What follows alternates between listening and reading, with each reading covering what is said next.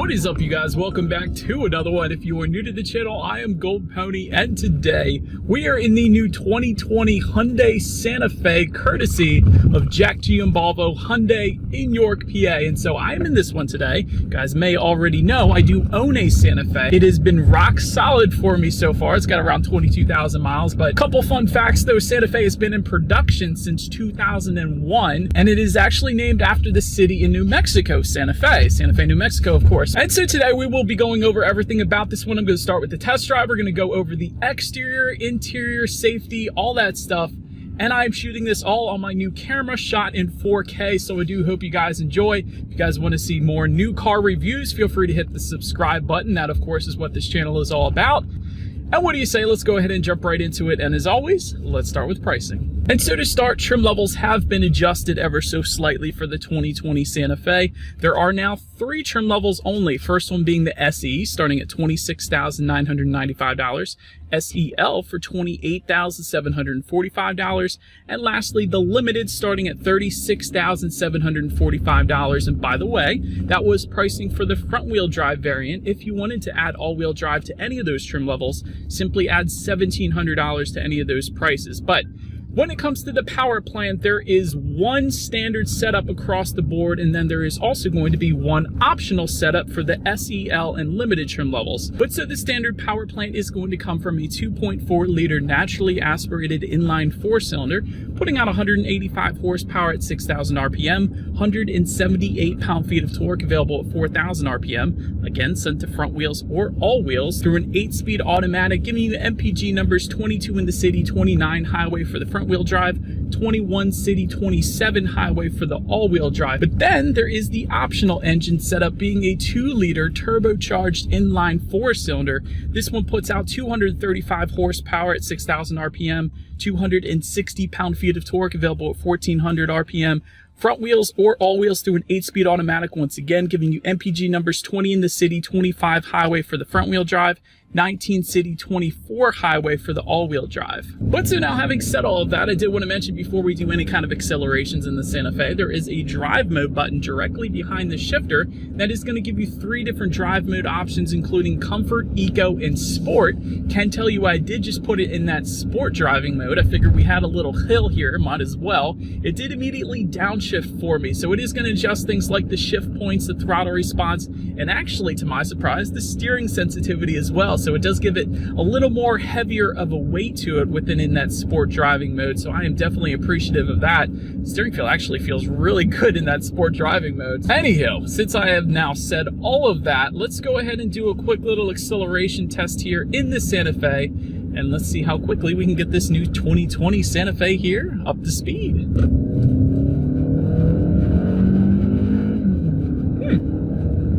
Actually, not too bad. I don't think I've mentioned it yet. We do have the 2.4-liter naturally aspirated 4-cylinder, so it's not like we even have the turbocharged engine, but it's not bad. You're definitely going to have a little bit more fun with the turbocharged engine, but shouldn't have any issues with merging onto the highway or anything like that. But so then, to go along with that, as always, braking is equally important. Why did the windshield? Oh, okay. I'm sorry, guys. The windshield wipers just came on. There was a little sprinkle of rain. And of course, we have rain sensing windshield wipers. I'll get more into that later, but braking feel is definitely fine. No issues with coming to a stop in the Santa Fe. And even in mine, I can tell you the braking feel is definitely on point. One of the best things about the Santa Fe. There's no spongy or squishy braking feel. Brings the Santa Fe to quite a quick stop there. But touching on suspension and handling a little bit, up front you're going to find the McPherson strut front suspension with gas-filled dampers and a stabilizer bar. In the back, a multi-link rear suspension with gas-filled shock absorbers and a stabilizer bar once again. And like I had previously mentioned, when it comes to the steering feel, there actually is quite a noticeable difference between the driving modes. So for me, I would personally leave it in that Sport driving mode, just simply alone for the steering feel, because it is a much heavier weight to it. It just feels better to me. You might have a different opinion, but if you take it out of that Sport driving mode, the steering feel is relaxed a bit more. So if that feels better for you, have at it. And as far as ride quality goes, definitely no issues there. The Santa Fe has been soaking up Pennsylvania's road imperfections quite nicely so far. Then touching on cabin noise a little bit, very, very quiet ride. The only thing I have been hearing is the floor mats wrapped in plastic in the back a little bit, but other than that, it is an extremely quiet cabin, partly due in part because it does have an acoustic laminated front windshield, so that is going to absorb a lot of the sound coming from the exterior into the cabin. So definitely quite nice when it comes to cabin noise. And then touching on visibility here, I can see perfectly fine out the back. Honestly, definitely no issues there. And in this size SUV, you're really not going to have any issues when it comes to visibility. But the Santa Fe doesn't stop there. It goes one better with a head-up display. So forward visibility is equally on point. I'm looking at my speed right now, as well as some safety information up there. And it also displays the speed limit of any given road if you were actually on a road, as I am not right now in a parking lot. And again, also contributing to visibility is those rain sensing windshield wipers I've been mentioning. So cool thing about them, they may scare you at first if you're not used to them, but when it starts to drizzle even, the windshield wipers will automatically turn on, so you don't ever have to worry about turning them on manually. That is kind of a cool thing. It's kind of like automatic headlights. It's something that I think should be standard on most vehicles out there. It's quite nice. That's it, but anyways, that is about it for the driving portion of this review. Let's make our way into what's new now on the 2020 Santa Fe, and then move on to the exterior, interior, and then go to safety. And so touching on what's new in the 2020 Santa Fe, the entry-level SE actually loses a few safety features, including the blind spot monitoring system and rear cross traffic alert, both of which, though, are now standard on the SEL and Limited. Sliding second row seat is also dropped for the SE trim level, and SEL Plus and Ultimate trims no longer exist, obviously, because I already went over the trim levels, but SE also gains a blind spot mirror, I guess because of the loss of the blind spot information system possibly. And the Limited trim actually adds a blind view monitor. This is probably one of the coolest features I first noticed when I started driving this one. When you turn on the turn signal, whether left or right turn signal, it actually displays a blind view monitor, I guess you could say, directly in the middle of the digital gauge cluster. That is pretty cool, because it does let you see very clearly if somebody is in your blind spot. If you were to try to merge lanes on the highway or something like that, you would be able to easily see if somebody was beside you. So it kind of prevents accidents, that little feature there. So gotta love that. But now, let's make our way to the exterior on this one. All right, so starting up front, in my personal opinion, the Santa Fe does have a very aggressive looking front end, accented by these LED daytime running lights, which actually do come standard on all trim levels.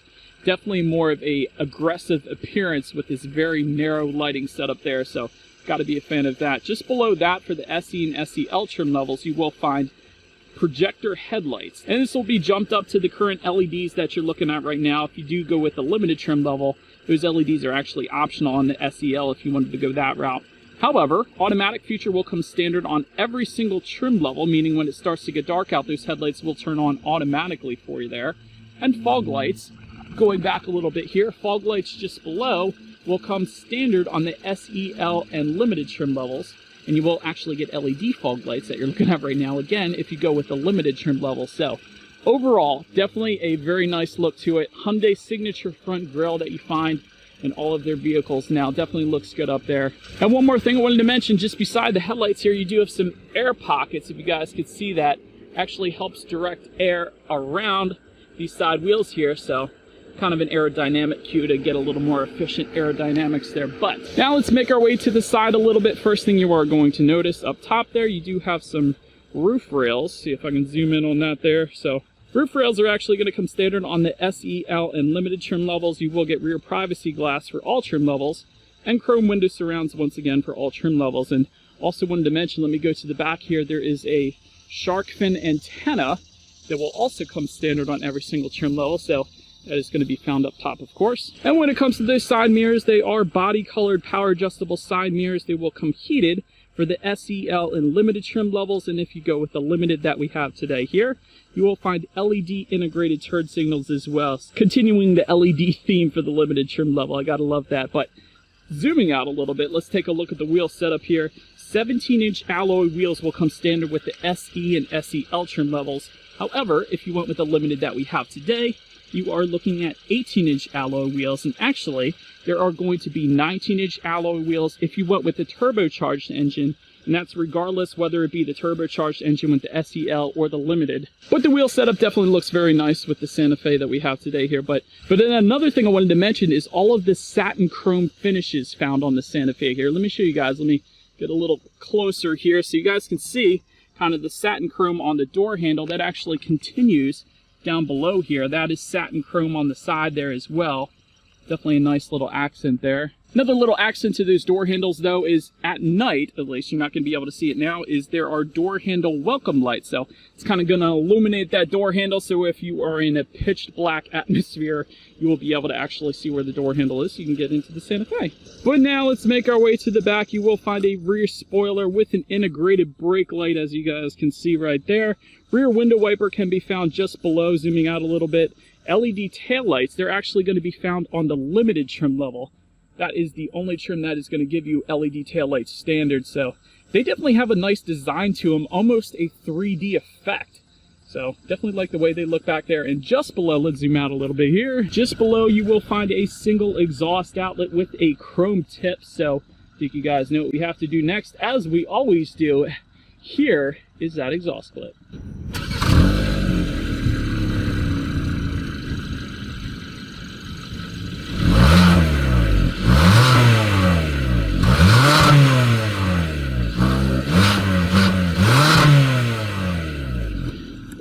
And so, but now since we are round back, to actually open that rear hatch, there is a button on the key fob. You can simply press that if you like, but there is a hands-free liftgate if you went with the limited trim level that we have today. And that is going to be optional on the SEL, but hands-free is definitely a plus if you have your hands full of groceries or whatever. That is going to allow that rear liftgate to open up without you actually having to do anything, so that's a quite nice feature. But once opened up, cargo capacity is going to come in at 35.9 cubic feet. If you wanted to fold down that second row, that bumps it up to 71.3 cubic feet. And I did want to also mention there is some rear floor storage in that cargo area as well.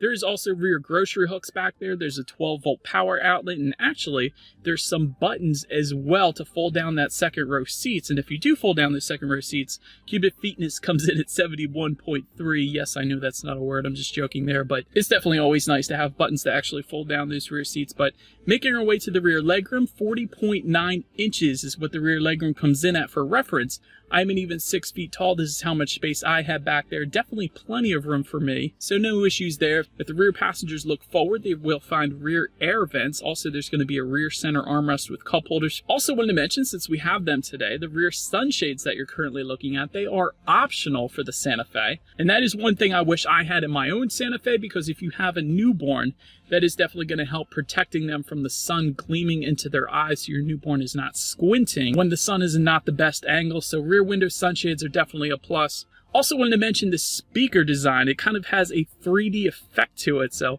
gotta love the speaker design, and I'll get more into that later. But making your way to the front seats, cloth surfaces will come with the SE and SEL trim levels. You will find leather surfaces with the limited.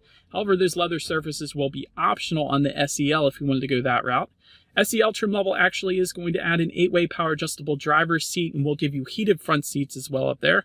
Then if you went with the limited, you will find ventilated front seats that will be added, as well as thigh extensions. That is something you usually find in luxury vehicles like Mercedes-Benz and BMW, but you do have thigh extensions actually for a little added comfort on the 2020 Hyundai Santa Fe Limited. That is definitely pretty sweet. But looking forward, there is a tilt and telescoping steering wheel. It will come leather wrapped for the limited. That leather wrapped steering wheel is going to be optional on the SEL. Also, if you went with the limited, you will find a heated steering wheel for the super cold days in Pennsylvania. Then make our way to the startup. Let me first start by showing you guys the key here. You do have your Hyundai logo on the one side, and when you flip it over, lock, unlock, and again that button to pop the rear hatch. But it is actually all keyless entry with a push button start if you went with the SEL or limited trim level at least. But since we do have that today, all I am going to do is simply put my foot on the brake here and press that engine start button. It's open. Then once started up, tachometer is all the way on your left. Fuel gauge is going to be on your right, and in the center, front and center, there will be a digital display. I love the digital display on the Santa Fe here. So this digital display is going to give you a bunch of different things you can actually look at, including the drive modes. That's probably the coolest thing, because it actually changes the color of the digital display. That sport mode is going to give you a red hue, smart mode is going to give you blue, and actually smart and comfort are going to be the same. But Still, the sport mode gives you a nice red hue, so that's pretty cool. Also, it's going to tell you if you're in drive or park or whatever, but you can actually control what is on that digital display by using the steering wheel mounted controls on the right side there. It's going to give you different things like safety features. You can display a digital speedometer up there if you wanted to, which is what I have it on right now. It's also going to tell you how many miles you have left until you hit empty, and there's going to be a compass up there and plenty of other things as well, actually, that you can scroll through. So quite a very nice digital display up there. Not quite as nice as the full digital display found in the Palisade now, but definitely a fan of what we have here in the Santa Fe. But now let's make our way to overall interior quality. There is dual zone climate control here, wireless phone charger actually just in front of the shifter. That's definitely nice. Homelink controls can actually be found on the rear view mirror. That is up to 3 different garage doors if you have 3 garage doors, so that's definitely pretty cool. Panoramic sunroof is going to come with the Limited. That is what you are looking at right now. So that fully extends into the rear seat, so those rear passengers have a nice view of the sky as well. But I gotta be honest, perhaps my favorite part about the interior quality, the interior trim really, on the Santa Fe, I've never ever seen this on any other vehicle, even luxury vehicles. A lot of times they'll have black anthracite headliners. That is pretty cool, but black is black. That's kind of boring. It's getting boring in my opinion, but the texture and the color of the headliner in this Santa Fe, it's kind of a mixed color of browns and tans, so it's a little bit of everything, but I love that is not one single flat color. It's a little bit of a mixture. I've never seen this in a vehicle. I was extremely excited. That was the very first thing I noticed when I got in the Santa Fe, because it's the little details that mean so much. And again, I've never seen that on any other vehicle I've reviewed to this date, and I've reviewed nearly 400 cars, so that is definitely quite nice. But continuing on, up top here, you will find an overhead sunglass holder. There is some LED lighting up there as well. And I do like how the trim kind of continues from the dash into the doors. There is a nice line there. And yes, I do know that it is plastic, but it does look good. So very nice finish there. Just above the passenger side glove box there, there's actually a little cubby with a rubberized bottom, so those passengers may be able to put maybe a cell phone in there, and again, since it has a rubberized bottom, it's not going to slide around too much. As far as the glove box goes, it is a decent size. It would be kind of cool to see maybe an aluminum trim on the handle to kind of tie in with the aluminum trim around the Infinity speakers. We'll get into that in a second. But just in front of the shifter there, you also will find plenty of hookups for any kind of device, really. You got your 12-volt power outlet, USB, aux port, another USB port for the passenger, I suppose. Again, that wireless phone charger. You have 2 cup holders just behind that. And there is actually an electronic parking brake that comes with the Santa Fe as well as a auto hold button. So if you are stuck in traffic and you didn't feel like holding your foot on the brake, simply press that auto hold button and you won't have to worry about that anymore.